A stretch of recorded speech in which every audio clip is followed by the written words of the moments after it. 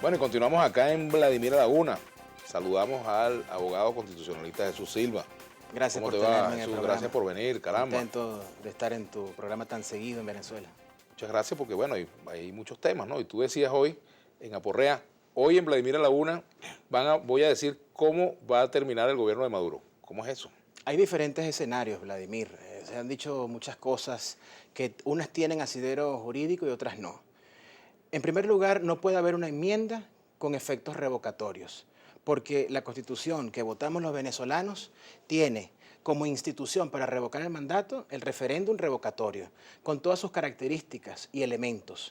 Uno de ellos, un acto previo de convocatoria, recoger el 20% de las firmas de los inscritos en el REP, Registro Civil Electoral, para convocar a este solemne acto. Entonces, pretender una enmienda para los mismos fines de revocar, ya sea acortando el mandato, es un fraude constitucional.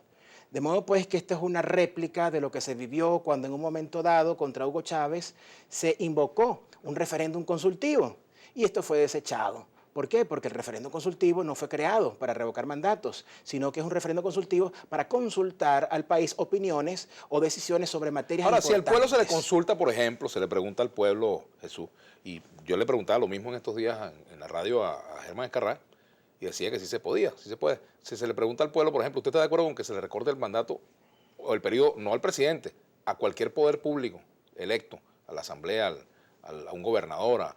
Eso no se puede hacer, no se puede pedir una enmienda para recortar el periodo, eso no es constitucional. En nuestro criterio, en el supuesto negado, que a través de una interpretación vanguardista de la Sala Constitucional, eso fuera admitido, no puede tener efectos retroactivos o con autoridades ya electas porque genera efectos revocatorios. Pudiera ser entonces a futuro, siempre y cuando la soberana Sala, en el marco de los poderes que le da la Constitución de interpretación de la Carta Magna, lo decidiera así. En mi opinión, y lo digo de forma muy enfática, es un fraude constitucional igual que lo que ocurrió con el referéndum consultivo contra Hugo Chávez, que se pretenda darle efectos revocatorios. Y hablando de algunos colegas que han dado algunas opiniones que yo creo con poco análisis o cálculo político, es un arma de doble filo, porque si el gobierno invoca una enmienda para revocar o recortar el mandato de la Asamblea Nacional, está legitimando y convalidando que entonces esa asamblea opositora invoque una enmienda para recortar el mandato al presidente. Y esa arma es de doble filo, repito, porque en estos momentos el panorama electoral es igual o más adverso, en mi criterio lo digo, para el gobierno que lo que se vivió el 6 de diciembre. Sí, nuestro presidente dijo, con relación a los resultados del 6 de diciembre, que ganó la guerra económica, bueno, yo creo que en este año 2016 esa guerra económica persiste o inclusive se ha agravado. Porque la guerra económica, Vladimir, en mi criterio, es algo que los economistas no han sabido explicarle al gobierno. El problema no es... Yo te preguntaría, ahorita el ministro de Interior y Justicia anunció la detención de un conjunto de funcionarios vinculados a instituciones de abastecimiento alimenticio del gobierno, del Estado venezolano, por corrupción y por acaparamiento, etcétera. Es una guerra económica que también tiene su aspecto endógeno, si existiere. Vamos allí. La teoría de la culpabilidad. ¿A quién ha beneficiado la guerra económica? A aquellos que ganan elecciones. ¿Quién ganó las elecciones el 6 de diciembre? Las ganó la oposición. El gobierno dirá que el culpable de la guerra económica es la burguesía, es el imperialismo, es la oposición. La oposición dirá que el culpable de la guerra económica es el gobierno por un socialismo ortodoxo, que no funciona, etc. Independientemente de la autoridad o de la identidad de quien produce la guerra económica, hay un resultado. Ese resultado es sufrimiento para el pueblo de Venezuela. Y electoralmente hablando, este vector, este índice, este dato que le importa tanto a los políticos, esa guerra económica hace que la oposición gane elecciones y que el gobierno las pierda.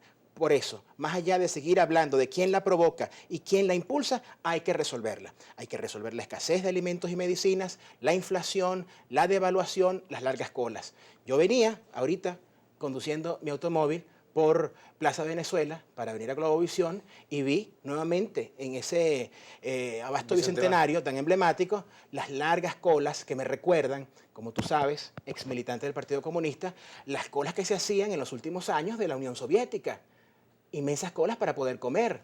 Eso es, de alguna forma, un escenario que no favorece y que no permite la gobernabilidad de ningún régimen, de izquierda o de derecha. Eso hay que revertirlo.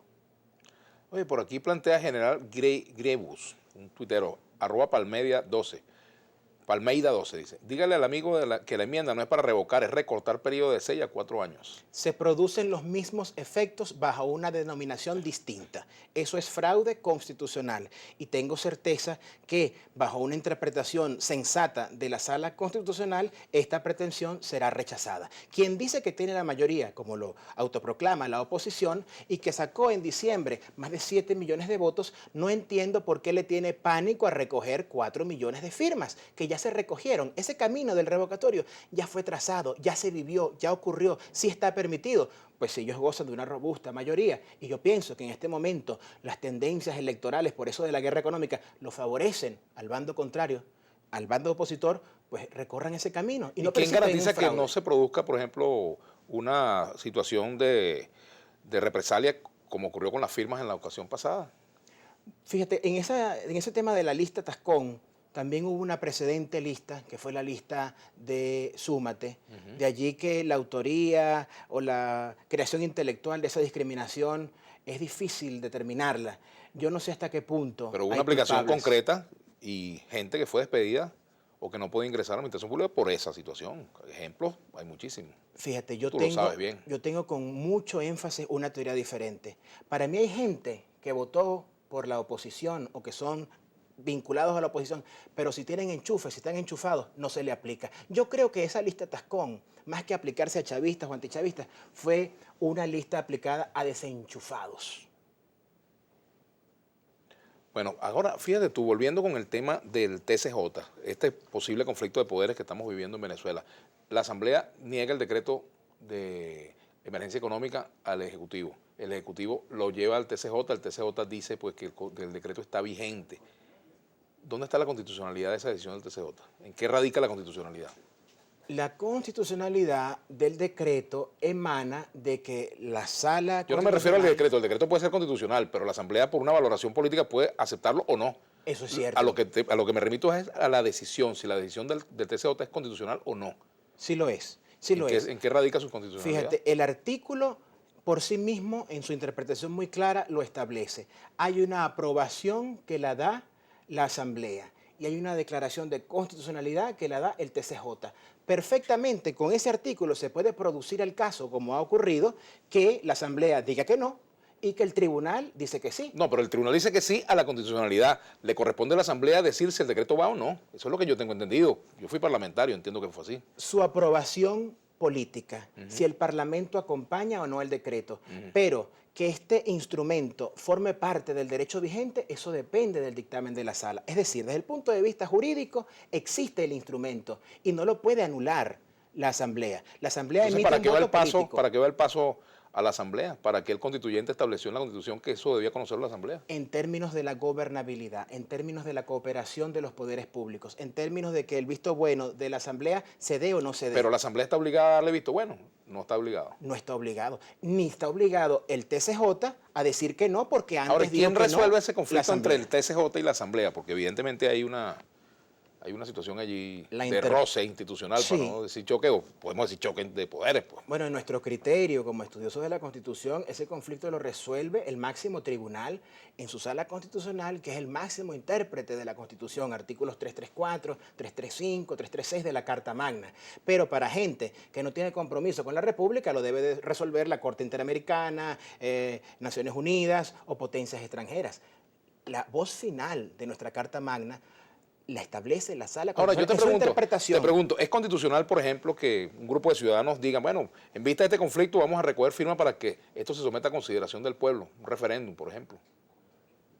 Un referéndum consultivo para los fines de un referéndum consultivo, pero no intentar disfrazar referéndum consultivo para efectos de revocatorio, porque volvemos al caso que se vivió con Hugo Chávez y que se demostró que era un fraude. No, yo no me refiero al presidente, me refiero a una decisión. Por ejemplo, se decreta una emergencia económica.